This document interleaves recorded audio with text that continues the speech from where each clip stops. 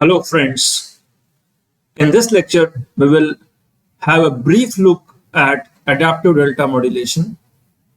We have seen that delta modulation suffers from two types of quantization noise. One is slope overload distortion and the other is granular noise.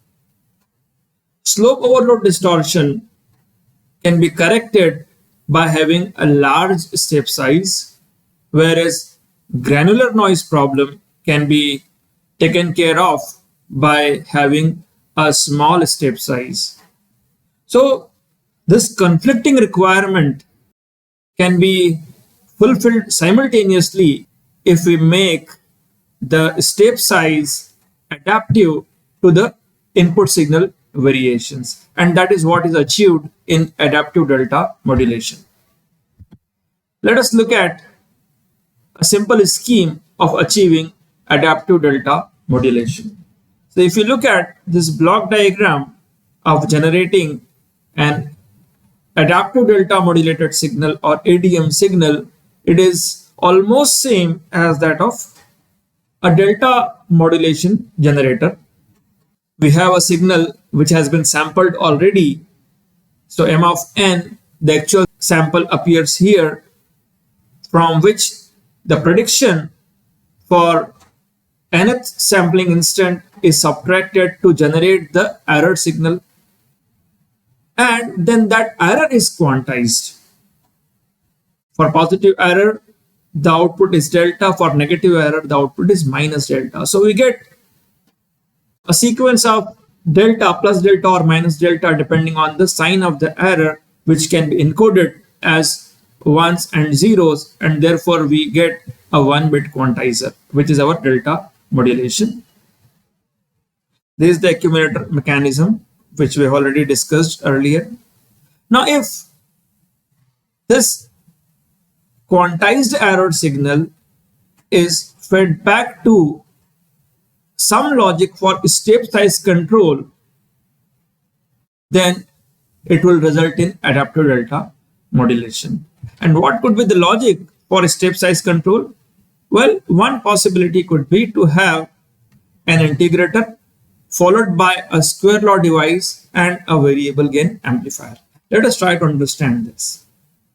When slope overload distortion occurs, recall that slope overload distortion occurs when the slope of the message signal is larger than the slope of the step size. So this is the message signal and our step size is something like this, and therefore the error is of the same sign always, and we get a rising staircase function which tries to follow the message but actually which goes away from the message, and that is what we call the slope overload distortion.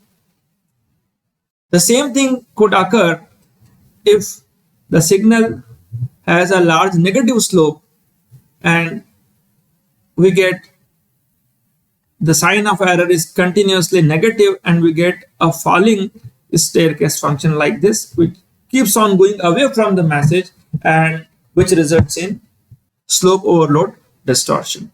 So the characteristic feature when the slope overload distortion occurs is that either we get successive rising steps or successively falling steps. So if we integrate all of these, we get a large number, positive or negative, and if we apply this large number to a square law device, we necessarily get a positive number, and that positive quantity is then used for controlling the gain of an amplifier, which is related to the step size. And when this larger control input signal is given to the amplifier, the step size increases, which is required to take care of the large slope of the signal.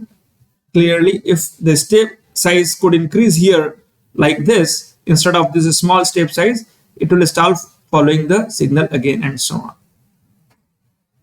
Similarly, for the negative slope of the signal. Now, what if the granular noise problem occurs? Recall that the granular noise problem occurs when the signal variations are small and they fall within the step size. or maybe something like this. So this is our signal, and the step size is such that all signal variations fall under the step size. So this is what the granular noise problem is.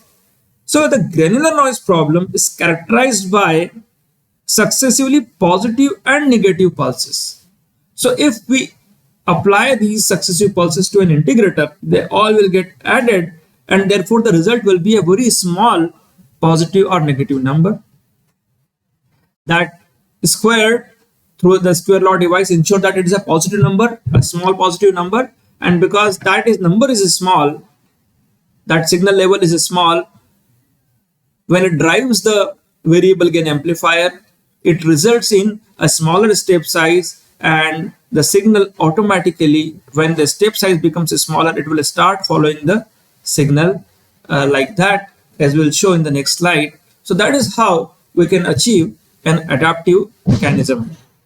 For example, this is the message signal m of t, and this is the delta modulated signal, the staircase approximation to this continuous time signal. Initially, you can see that the signal variations are small, so the step size is small. As we get a succession of positive going steps through the step size control mechanism, the step size increases and it accommodates the message signal step for the larger scope of the message signal. And when here the variations are small, almost negligible variations are there, you can see that the step size keeps on reducing to take care of this granular noise problem. So we see that an adaptive delta modulator can ensure that the delta modulated signal, which is a staircase function, closely follow the message signal, input signal, irrespective of the slope of the message or signal variations. So that's all about adaptive delta modulation that we need to understand at the moment. Thank you very much.